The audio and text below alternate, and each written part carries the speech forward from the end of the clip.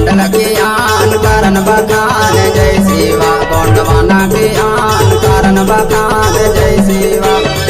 सेवा दादा जय सेवा रे जय सेवा दाई जय सेवा भैया जय सेवा रे जय सेवा दीदी जय सेवा जिला मंडल के आन कारण बखान जय सेवा गोंडवाना के आन कारण बखान जय सेवा।